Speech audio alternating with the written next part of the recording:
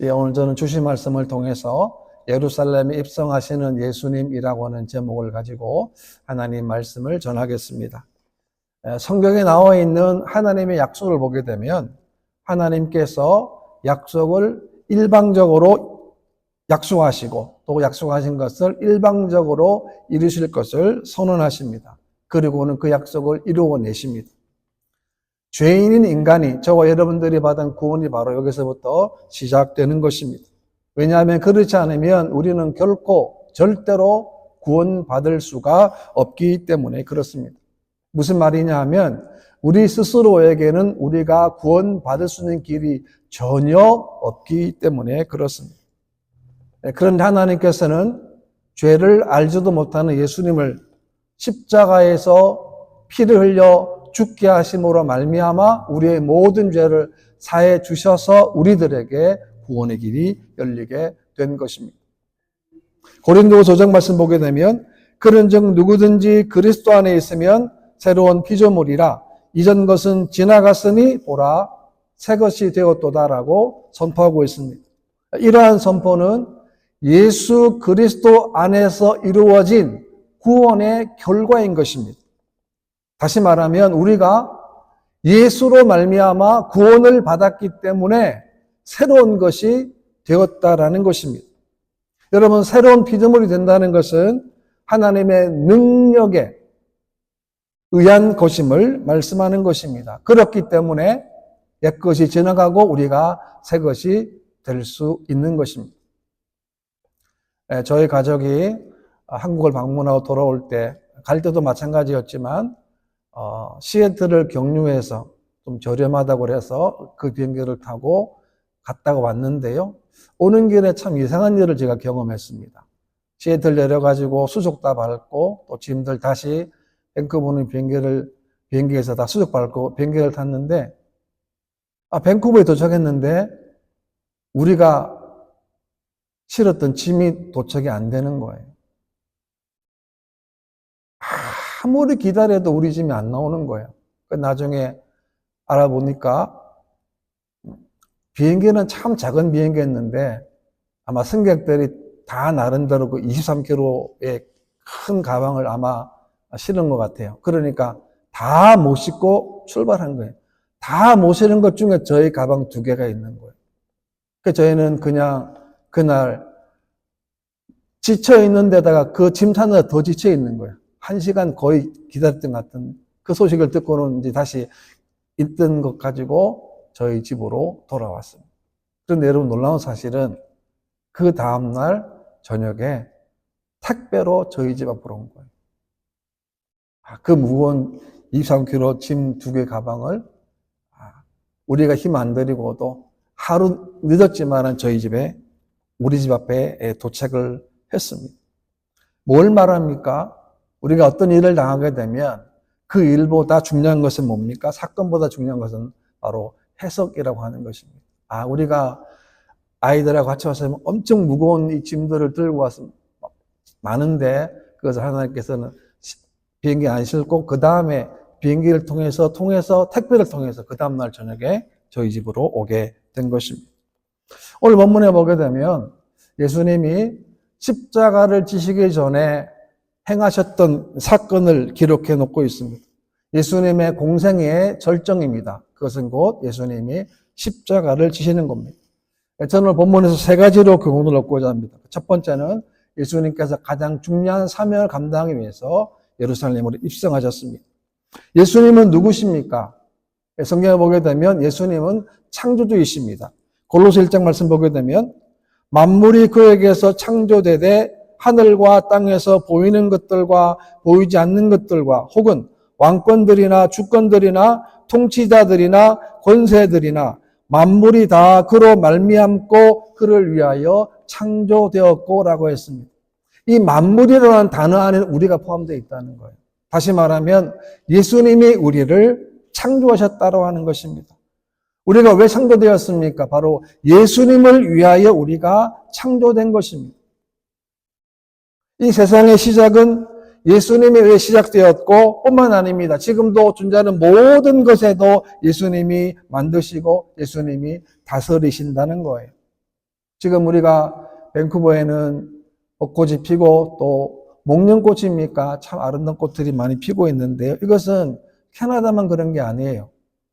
한국에도 와보니까 얼마나 많은 꽃들이 아름답게 피는지 몰라요. 누가 하신 거예요? 예수님이 하신 겁니다. 왜? 그분이 창조주이시기 때문에 그렇습니다. 또한 예수님은 하나님의 아들이십니다. 마태복음 16장 말씀 보게 되면 시몬 베드로가 대답하여 이르되 주는 그리스도시요 살아계신 하나님의 아들이시니이다라고 고백했습니다. 이 고백은 어떤 고백이냐면 예수님은 참 하나님이시면서 참 인간이라는 거예요. 다시 말하면 예수님에게는 신성과 예수님에게는 인성이 있다는 것입니다. 예수님은 생명의 본체가 되시며 모든 인류에게 생명을 주시는 살아계신 유일하신 참 하나님의 아들이심을 베드로가 고백한 거예요. 또한 예수님은 교회의 머리가 되십니다. 에베소 1장 말씀 보게 되면 또 만물을 그의 발 아래에 복종하게 하시고 그를 만물 위의 교회의 머리로 삼으셨느리라 라고 했습니다. 하나님은 십자가에 죽으신 예수님을 다시 살리셨습니다. 그리고 예수님을 만물 위에 두셨으며 그리고 예수님을 교회의 머리로 삼으셨습니다. 교회는 그의 몸이니 만물 안에서 만물을 충만하게 하시는 이의 충만함이다라고 했습니다. 여러분, 교회가 그의 몸인 거예요. 교회가, 세계교회가 그의 몸입니다. 얼마나 놀라운 은혜입니까? 이와 같이 창조주 되시고 하나님의 아들 되시고 교회의 머리가 되시는 예수님이 십자가를 지시려고 예루살렘에 입성하신 것입니다. 여러분, 왜 예루살렘 입성하셨습니까? 바로 저 때문입니다. 여러분 때문이에요. 우리를 구원하시기 위해서, 우리의 죄를 사하시기 위해서 예수님이 예루살렘으로 입성하신 거예요. 예수님 입성할 때는 6월절 절기였습니다. 수많은 사람이 모인 그 절기 때 예수님이 예루살렘에 입성하신 거예요. 예수님은 6월달 어린 양으로 이 땅에 오셨습니다. 6월절은 어떤 절기입니까? 이스라엘 백성들이 애굽의 고통에서, 애굽의 학정에서 고통받을 때 피를 인하여 구원받은 사건을 기념하는 절기 아닙니까? 우리는 어떤 삶을 살았습니까? 본질상 진노의 자식이었습니다. 하나님을 알지 못했습니다. 영원한 저주 아래 있던 자였습니다. 그런데 예수님 피의 값으로 우리가 구원을 받게 된 것입니다. 예수님의 십자가로 말미암아 우리는 더 이상 죄의 종이 아닙니다. 사단의 종이 아닙니다. 우리는 이제는 하나님의 자녀로, 거룩한 자녀로 십자가의 군명으로 설 수 있는 놀라운 은혜로 우리를 부르신 것입니다. 왜냐하면 우리가 예수님의 십자가로 말미암아 우리의 모든 죄가 사함받았기 때문에 그렇습니다. 여러분, 만약 우리가 예수를 믿지 않았다면 어떻게 살았겠습니까? 저는 너무 끔찍해요. 예수 없이 살았다면, 예수 모르고 살았다 한다면 어떻게 살았겠습니까? 여전히 사망, 여전히 흑암과 고통과 아픔 속에 살 것입니다. 삶의 의미도, 삶의 가치도, 삶의 목적도 모른 채 살다가 죽는 거예요. 왜? 예수를 모르기 때문에 그렇습니다. 근데 예수님께서 이 땅에 오셔서 믿없는 저희들에게 빛을 보여주셨습니다. 우리는 방황하는 저희들에게 오셔서 더 이상 방황하지 말고 나를 따르라 주님은 말씀하신 것입니다. 우리가 해야 할 일은 뭡니까? 예수님처럼 십자가를 지는 거예요. 여러분, 십자가를 지는 것이 어떤 일이겠습니까? 얼마나 큰 고통의 일이겠습니까? 얼마나 큰 아픔의 일이겠습니까? 그러나 예수님처럼 우리도 이 시대에 주어진 사명, 주어진 역할, 주어진 일에 최선을 다하는 삶이 되어야 할 것입니다. 예루살렘의 입성, 예수님의 입성은 영적인 입성입니다. 승리의 입성입니다. 생명의 승리였습니다. 그리고 사랑의 승리였다는 것입니다. 그 다음에 두 번째는 말씀의 성취자가 되시는 예수님이십니다. 4절 말씀 보게 되면 이는 선지자를 통하여 하신 말씀을 이루려 하심이라 라고 했습니다. 이 말씀은 구약 스가랴 9장 9절 말씀인데요. 스가랴 말씀 보게 되면 시온에 따라 크게 기뻐할지어다 예루살렘에 따라 즐거이 부를지어다 보라 내 왕이 내게 임하시나니 그는 공의로우시며 구원을 베푸시며 겸손하여서 나귀를 타시나니 나귀의 작은 것 곧 나귀 새끼니라라는 이 말씀을 이루기 위해서 예수님께서 예루살렘 입성하신 거예요. 여러분, 여기서 시온의 딸이라고 했습니다. 예루살렘의 딸이라고 했는데 이것은 오늘날 교회와 성도를 의미하는 것입니다. 예수님 우리들에게 기쁨과 즐거이 부를 노래를 주셨다는 거예요. 그것은 뭡니까? 메시아 되시는 예수 그리스도에 관한 것입니다. 그분은 우리의 왕입니다. 예수님은 우리들의 구원을 베푸실 메시아이십니다. 전능자이십니다. 왜? 그분은 그럴 힘이 있기, 능력이 있기 때문에 그렇습니다. 왕 대신 예수님은 공의로우신 분입니다. 이 말은 뭘 말합니까? 인간의 죄와 허물을 적당히 눈감주는 것이 결코 아닙니다. 그분은 우리의 죄를 갚기 위해서 어떻게 하셨습니까? 십자가에서 비참하게 돌아가신 거예요. 모든 사람들이 다 보는 아픔과 절망과 고통을 다 겪으시면서 예수님은 죽으셨습니다. 그리고 그 죽음으로 말미암아 우리가 살아나게 된 거예요. 구원받게 된 겁니다. 하나님의 거룩한 자녀로 살 수 있게 된 것입니다. 예수님은 죄가 없으신 분이지만 우리 죄를 사하기 위해서 십자가에서 돌아가신 거예요. 요한의 3장 말씀을 보게 되면 그가 우리 죄를 없애려고 나타나신 것을 너희가 아나니 그에게는 죄가 없다라고 분명히 말씀하고 있습니다. 그 죄 없는 예수님이 우리 모든 죄, 지금까지 지었던 수많은 죄, 앞으로 지을 수많은 죄를 사하기 위해서 십자가에서 돌아가신 것입니다. 또한 예수님은 겸손하여서 나귀를 타시고 예루살렘으로 입성하시게 되는 것입니다. 이 모습이 어떤 모습일까요? 가장 낮은 모습으로. 가장 낮은 모습으로. 왜 예수님은 낮은 모습으로 이렇게 타셨을까요? 그것은 예수님의 낮아진 모습이 아니면 도무지 우리가 구원받을 수가 없기 때문에 그래요. 예수님 십자가 지기 전의 모습 보십시오. 로마 군병들로부터 온갖 모욕과 조롱과 비웃음과 저주를 받습니다. 그럼에도 불구하고 예수님은 참으셨어요. 왜? 우리를 구원하시기 위해서 그렇습니다. 우리가 가끔 예수를 복음을 전하면 반응이 어떻습니까? 복음을 들으려고 하지 않습니다. 아주 무식하게 생각하고 빈정대기도 합니다. 그러나 우리는 그들에게 복음을 전하기 위해서는 더 낮아지는 모습으로 복음을 전해야 하는 것입니다. 마치 예수님처럼 그런 모습으로 우리가 나아가게 된다는 것입니다. 3절 말씀에도 보게 되면 만일 누가 무슨 말을 하거든 주가 쓰시겠다라 그리하면 즉시 보느니라 하시니 라고 했습니다. 여기서 중요한 단어가 나오죠. 그게 뭡니까? 즉시라는 거예요. 주가 쓰시겠다 하라 그리하면 즉시 보내리라 라고 말씀하고 있습니다. 우리가 예수 믿는 성도로서 해야 할 일이 뭡니까? 하나님 말씀하시면 우리는 즉시 즉각적으로 따르고 순종해야 하는 것입니다. 하나님이 명하시면 하나님이 명령하시면 우리들에게 남은 것은 다른 것이 아닙니다. 순종인 거예요. 이것이 바로 나의 주인의 모습이고 오늘 우리가 살아가는 저와 여러분들의 모습이 되어야 하는 것입니다. 하나님 말씀이 이루어지는 곳에는 반드시 순종이 있었다라고 하는 거예요. 얼마나 놀라운 일입니까? 우리가 남은 생애 동안 하나님의 축복의 증인이 되고 말씀의 증인이 되려면 주신 말씀에 대한 순종이 반드시 있어야 한다는 거예요. 우리가 아무리 말씀을 많이 듣고 아무리 말씀 많이 안다 할지라도 그 말씀에 순종하지 않으면 그 말씀은 나와 상관이 없는 말씀이 되는 거예요. 왜 말씀을 읽습니까? 왜 암송합니까? 왜 필사를 합니까? 그 이유는 뭡니까? 우리가 주신 말씀대로 순종하기 위한 하나의 도구인 거예요. 얼마나 어려운 일입니까? 글씨 쓰는 게 얼마나 어려운 일입니까? 그런데 그 일을 우리가 해내야 하고 왜? 그것이 바로 우리가 하나님 말씀에 순종하는 것이기 때문에 그렇습니다. 예수님도 십자가상에서 마지막에 뭐라고 외치셨습니까? 큰 소리를 외치셨습니다. 다 이루었다고 말씀하셨어요. 뭘 다 이루신 겁니까? 하나님께서 예수님께 하신 모든 말씀을 예수님께서 다 이루셨다는 말이에요. 우리도 마찬가지예요. 주신 말씀이 있습니다. 주신 언약이 있습니다. 하나님의 계획이 있습니다. 그 계획들과 즉시로 순종하는 거예요.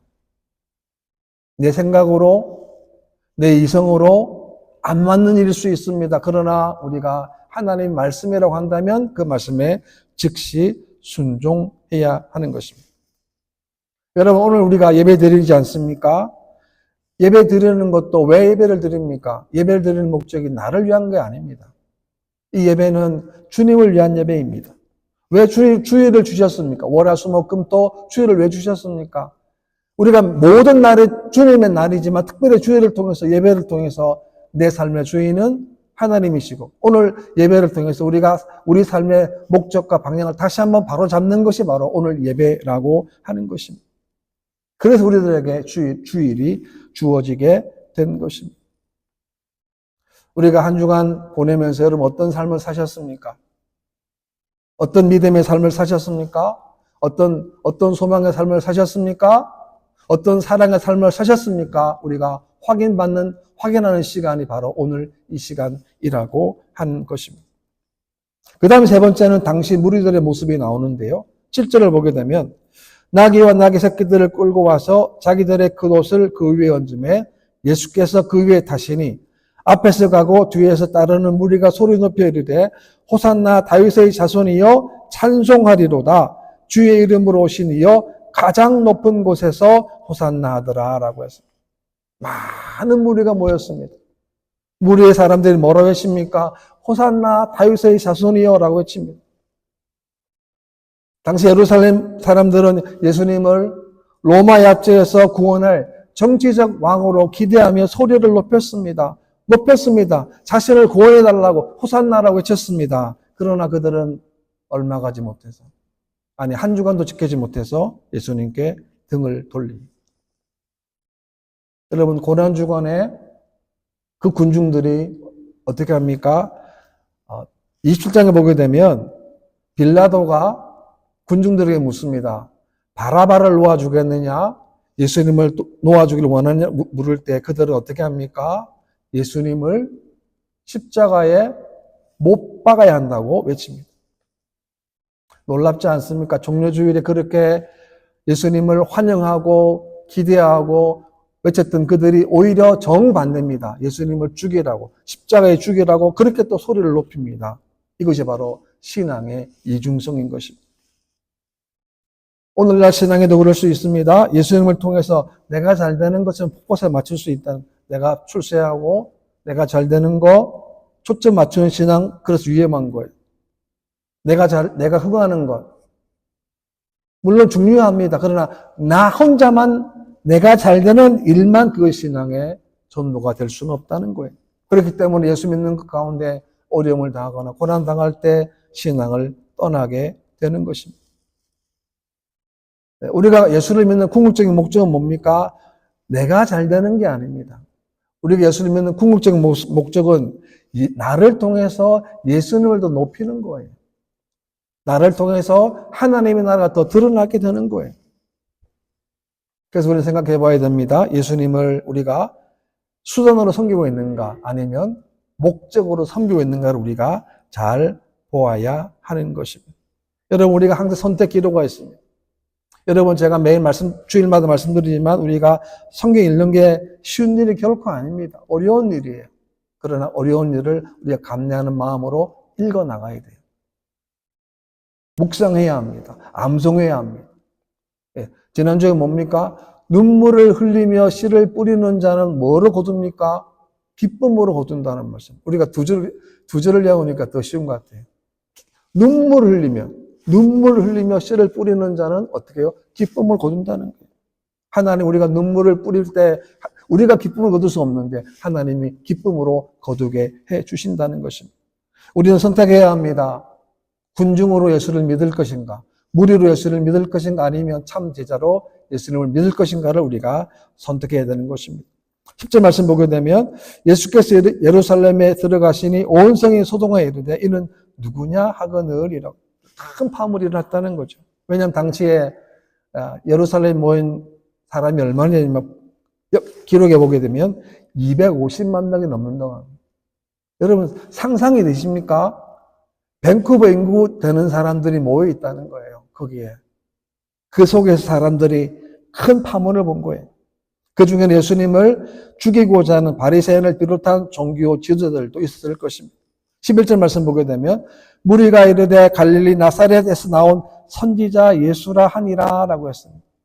여러분, 예수님을 갈릴리 시골에서 나온 그냥 한 단순한 선지자로 이해하는 사람들도 그 중에 있었다라는 거죠. 그렇습니다. 신앙은 뭡니까? 신앙은 우리가 예수님을 어떻게 믿고 바라보는가에 달려 있는 것입니다. 로마 12장 말씀 보게 되면 그러므로 형제들아 내가 하나님의 모든 자비하심으로 너희를 권하노니 너희 몸을 하나님의 기뻐하시는 거룩한 산 제물로 드리라 이는 너희가 드릴 영적 예배라고 했습니다. 무슨 말입니까? 우리의 삶 전체를 하나님이 기뻐하시는 거룩한 삶으로 살아가라고 말씀하고 있는 거예요. 영화 가운데 라이언 일병 구하기라는 영화가 있습니다. 정말 전쟁의 치열한 한가운데 라이언 일병을 구하기 위해 8명의 대원들이 투입이 됩니다. 3명의 형제가 전쟁에서 전사를 했습니다. 그 막내인 라이언 일병을 구하기 위해서 미 행정부의 특별작전이 실시됩니다. 여러분, 수많은 포탄과 총알이 빗발치는 전쟁터에서 사람을 살리러, 군인을 살리러 8명이 들어가는 것. 목숨을 걸고 그 라이언 일병을 살렸어요. 그런데 그를 구한 책임자가 밀러 대위라는 대위인데 그 대위가 죽게 되는 거예요. 그 역할은 톰 행크스가 했는데요. 큰 부상을 당해 죽어가는 밀러 대위가 라이언 일병 이렇게 말을 합니다. 잘 살아야 돼. 꼭 살아서 돌아가. 이런 말을 하고 죽습니다. 그리고 영화의 마지막 부분에는 이제 라이언 일병이 할아버지가 되어서 밀러 대위의 무덤에 찾아가서 이렇게 외칩니다. 최대한 잘 살려고 노력했고 그런 대로 잘 살아왔습니다. 최소한 대위님의 눈에 대위님의 희생이 헛되지 않게 살아왔다고 이 라이언 일병이 고백을 했습니다. 저는 영화 마지막 엔딩 장면에서 최소한 자기 목숨을 살려주었던 대위인 밀러 대위의 눈에 또 자신을 살려주고 죽었던 그 대위님의 희생이 헛되지 않기를 그는 그 무덤 앞에서 외쳤던 그 대사가 있습니다. 우리가 첫 번째 불렀던 찬송가 90장인데요. 주 예수 내가 알기 전 날 먼저 사랑했네. 그 크신 사랑 나타나 내 영혼 거듭났네. 주 내 마음에 늘 계시고 나 주위 안에서 저 포도비유 같으니 참 좋은 나의 친구. 내 친구 대신 예수님 날 구원하시려고 그 귀한 몸을 버리사 내 죄를 대속했네. 나 주님을 늘 믿으며 그 손을 의지하고 내 몸과 마음을 바쳐서 끝까지 충성하리. 이런 가사 우리가 불렀습니다. 왜 십자가가 중요합니까? 그 십자가의 사랑이 지금도 살아있기 때문에 그래요. 우리가 넘어지기도 하고 절망하기도 하고 좌절하기도 하고 그런 수많은 곡절이 많지만 그럼에도 불구하고 예수님의 십자가의 사랑은 살아있기 때문에 그렇습니다. 그런 믿음으로 이번 한 주는 승리하는 저와 여러분 되시기를 주님의 이름으로 축원합니다.